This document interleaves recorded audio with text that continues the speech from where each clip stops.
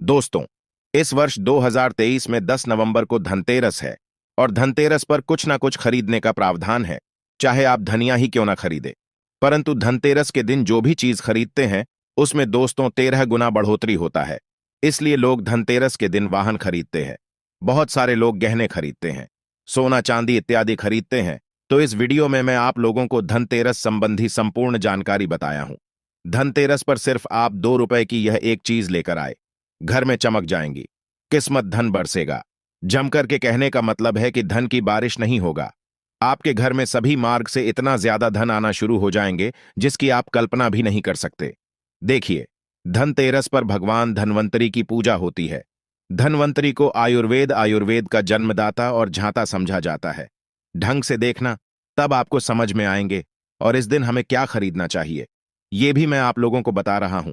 सिर्फ 2 रुपए का चीज इस दिन बहुत ही सस्ती, मात्र कुछ ऐसी चीज होते हैं जिसे खरीदने से रोग और सुख ये दोनों मिट जाते हैं और जातक को सुख और समृद्धि की प्राप्ति होती है। आप अपने स्वार्थ अनुसार आज के वीडियो में बताएंगे कुछ ऐसे सामग्री है जिसे आप खरीद सकते हैं। अब आखिर जानते हैं धनतेरस के दिन हमें क्यों खरीदना चाहिए, बाकी दिन क्यों नहीं खरीदना चाहिए। देखिए, जो धनतेरस का दिन होता ये धन प्राप्ति करने का सर्वश्रेष्ठ दिन समझा जाता है। धनतेरस के दिन जो भी वस्तु खरीदते हैं उसमें 13 गुना ज्यादा असर बढ़ जाता है, अर्थात अच्छा तो हो जाता है।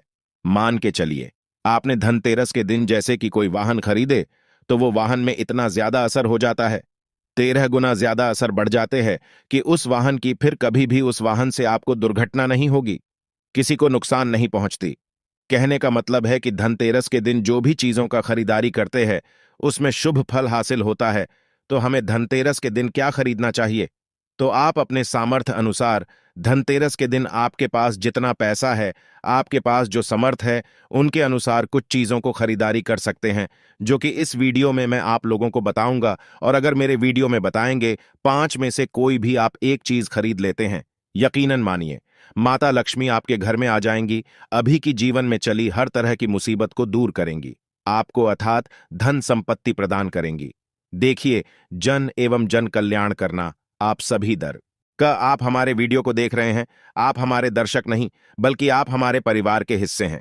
मेरे वीडियो को देख करके किसी एक भी मानव का भला होता है, किसी की गरीबी मिटता है तो मुझे भी पुण्य की प्राप्ति होता है।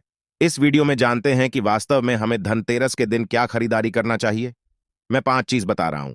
अब से जो घरों के आसपास में ये चीज मिल जाए तो खरीद लेना, आप अपने समर्थन खरीद सकते हैं। अभी तक कमेंट बॉक्स में जय माता लक्ष्मी नहीं लिखे तो जय माता लक्ष्मी जरूर लिखना। और जो बहन हमारे वीडियो को देख रहे हैं, बहन लोग, आप जो कमेंट बॉक्स में हैप्पी धनतेरस भैया जरूर लिखना। तो सर्वप्रथम जो है कमल का बीज ध्यान से सुनना। कमल के फल को जो है निकालने के बाद इसे कमल का बीज निकलता, जिसे हम कमल गटके बोलते हैं, कमल घट्टा भी बोलते हैं। तो इसके अंदर से जो बीज निकलता है उनकी माला बनती है, जिसमें माता लक्ष्मी को सिद्ध करने के लिए इनके माला की जप होती है। तो देखिए, जो कमल के गटके होती हैं उसे माता लक्ष्मी को बहुत पसंद है। कमल के जो बीज होता है माता लक्ष्मी को बहुत पसंद है। तो एक काम करना, धनतेरस के दिन धन्वंतरी महाराज को और माता लक्ष्मी को पंच आपको कमल का बीज समर्पित कर देना और आपको प्रार्थना करना है कि हे माता लक्ष्मी, आप हमारी गरीबी मिटाए। धन्वंतरी महाराज से प्रार्थना करना है कि महाराज हमारे घर में हमेशा निरोग रहें, निरोग काया की प्राप्ति हुई, यही मैं आपसे आशीर्वाद की कामना करते हैं। इस तरह से प्रार्थना करते हुए कमल का बीज इस दिन खरीद करके लाइए, माता लक्ष्मी तथा धन्वंतरी महाराज को समर्पित कर सकते हैं। आजीवन आप निरोग रहेंगे और आपके जीवन में धन का कमी नहीं होगा, क्योंकि इस समय में सभी दिव्य शक्तियां जागृत अवस्था में होती है। धनतेरस के दिन और आपकी पुकार सीधा माता लक्ष्मी और धन्वंतरी महाराज तक के पहुंचते हैं। इसके बाद औषधि। देखिए, इस दिन औषधि क्यों खरीदना चाहिए? क्योंकि औषधि हमें निरोग काया प्रदान करती है, हमें जो निरोग रखने का काम करती है। तो ऐसा मान्यता है कि इस दिन धनतेरस के दिन, क्योंकि इस दिन धन्वंतरी महाराज जो है समुद्र मंथन से उत्पन्न हुए थे और अमृत का कलश लेकर के उत्पन्न हुए थे। धन्वंतरी महाराज को, धन्वंतरी देवताओं को जो है देवताओं के वेद कहा जाता है। दुनिया के सर्वप्रथम सबसे बड़ा जो वैद्य है ये धन्वंतरी महाराज है, ये देवताओं के वैद्य है और ये हमारे लिए पूजनीय है। हम सब इनकी पूजा करते हैं। इनकी पूजा के कारण ही हमें वेद का ज्ञान हास एल होता है तो इस दिन जो है कालाबाज या फिर जो है शंकर जटा, ये सर्व औषधि नाम की एक औषधि आती है। आप ये घर में खरीद करके ला सकते हैं। ये घर में खरीद करके आप अपने घर में लाते हैं और इसे स्थापित करते हैं या फिर धन्वंतरी महाराज को समर्पित करते हैं। तो जब तक ये औषधि आपके घर में रहेंगे तब तक आपके घर में बिल्कुल ही किसी को रोग नहीं आएगा। और ऐसा भी कहा जाता है इस दिन औषधि खरीद करके लाने के बाद, जैसे कि शंकर झट है, सर्व औषधि आते आप, जो इस दिन इंद्रजाल नाम की जो जड़ी आती है वो भी खरीद करके ला सकते हैं। या फिर किसी भी तरह की चमत्कारिक पेड़ पौधे की जो बांधा होती है या फिर चमत्कारिक जो वनस्पतियां होती हैं, ये खरीद करके लाकर धन्वंतरी महाराज को समर्पित करें। ऐसा कहा जाता है इस दिन समर्पित करने के बाद ये जो औषधियां होती हैं, जड़ी बूटियां होती हैं, जागृत अवस्था में हो जाती है। मान के चलिए किसी को लंबे समय से कोई बीमारियां ठीक नहीं हो रहे तो इस दिन समर्पित किया गया औषधि की अगर 2 से 3 बूंद, अगर जो लंबे समय से बीमार खाट में पड़े मानव हैं, चलने फिरने में समर्थवान नहीं, तो इसके नाक में अगर इसके 2 से 3 बूंद जो आप औषधि ला रहे हैं उसके 2 से 3 बूंद नस दिया जाए तो वो मानव भी ठीक होकर के कुछ दिनों के भीतर में चलने फिरने लायक हो जाते हैं। कहने का मतलब है कि इस दिन सभी तरह की जो औषधि होती है उसे जागृत करने की जरूरत नहीं पड़ती, स्वयं जागृत होते हैं।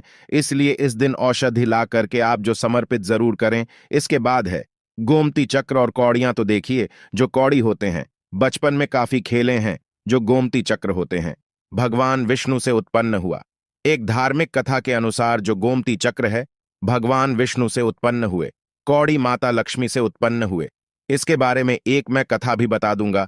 तो इस दिन आप अपने समर्थन 5 गोमती चक्र और 5 कौड़ी जरूर लाना। पीली कौड़ी जरूर लाना। पीली कौड़ी को माता लक्ष्मी का वाहन कहा जाता है, क्योंकि माता लक्ष्मी भी समुद्र मंथन से उत्पन्न हुई, समुद्र से उत्पन्न हुई है, और कौड़ी भी समुद्र से उत्पन्न हुई है। ऐसा कहा जाता है जिस स्थान में कौड़ी हो वहां पे माता लक्ष्मी खींचे चले आते हैं। जिस तरह जो चुंबक होती है लोहा को अपनी तरफ आकर्षित करने का काम करता है, उसी तरह जो ये कौड़ी है ये धन लक्ष्मी को अपनी तरफ आकर्षित करता है। तो हमारे धर्मशास्त्र कहते हैं कि इस दिन गोमती चक्र और कौड़ी माता लक्ष्मी को जरूर समर्पित करना चाहिए। गोम ई चक्र समर्पित करने से जो गोमती चक्र का स्वाभाविक स्वभाव है कि आपके जीवन में चली परेशानी को समाप्त करते हैं, गोमती चक्र का सरल असर है। ये स्वयं असर दिखाती है। जिस घर में गोमती रखा हो उस घर में किसी भी तरह का बाधा नहीं आने देते। तो गोमती 5 आपको गोमती चक्र लेना है और 5 आपको पीली कौड़ी लेना है। अगर आपके समर्थ है तो आप जो 21 गोमती चक्र और 21 पीली कौड़ी जरूर ले लेना। और आप जो है माता लक्ष्मी को इस दिन समर्पित कर देना। या फिर घर के किसी बच्चे को नजर दोष लगने हैं या घर में किसी बच्चे को जल्दी नजर दोष लग जाते हैं तो ये काम जरूर करना।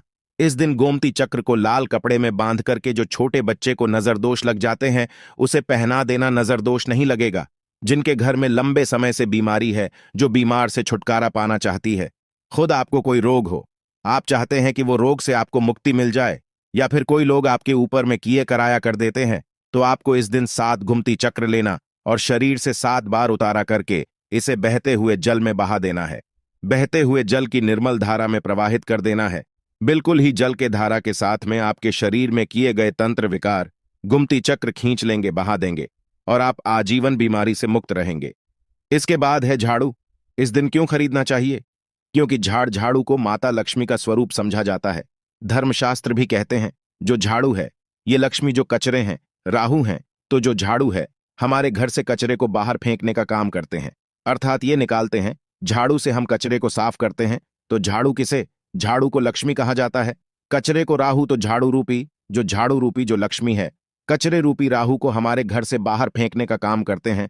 जहां पे गंदगी वातावरण हो वहां पे राहु आते हैं, वहां पे केतु आते हैं, वहां पे फिर नकारात्मक चीजों के असर बढ़ते हैं। इसलिए झाड़ू घर में रखने से झाड़ू को सकारात्मकता ये लाती है। माता लक्ष्मी के ही स्वरूप कहा गए हैं। तो आपको धनतेरस के दिन 2 जोड़ा झाड़ू लाना चाहिए। आपको जोड़े के स्वरूप में झाड़ू लाना चाहिए और इसे लाकर के जैसे देवी माता लक्ष्मी की आप पूजा करते हैं उसी तरह झाड़ू की भी पूजा करना है। और इसे आपको प्रार्थना करना है कि हे माता लक्ष्मी, अब के कृपा से हमारे घर में पूरे साल, पूरे वर्ष भर अन्न की कमी ना हो। इस तरह से प्रार्थना करना है। झाड़ू को माता लक्ष्मी का स्वरूप आपको मानना है। झाड़ू माता लक्ष्मी के ही स्वरूप कहेंगे। इसके बाद है धनिया। मैं पिछले वाले वीडियो में भी बताया था, धनिया की जो संबंध होता है सीधा धन की देवी माता लक्ष्मी से। देखिए, आज भी ग्रामीण क्षेत्र में धनतेरस के दिन धनिया बोए जाते हैं, ऐसा समझा जाता है। धनतेरस के दिन कोई मानव घर में धनिया खरीद करके लाए और इसे बोते हैं, तो ऐसे मानव के जीवन में जैसे जैसे धनिया कार्य में बनना शुरू होते हैं, वैसे वैसे ऐसे मानव की जीवन में परेशानी है, चाहे धन संबंधी परेशानी हो, चाहे किसी भी तरह का परेशानी, व परेशानी दूर होता है।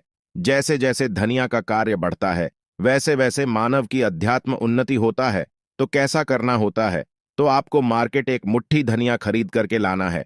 आप चाहते हो तो 1 किलो भी खरीद करके ला सकते हैं, परंतु उपाय बता रहा हूं। इसमें आपको एक मुट्ठी धनिया चाहिए।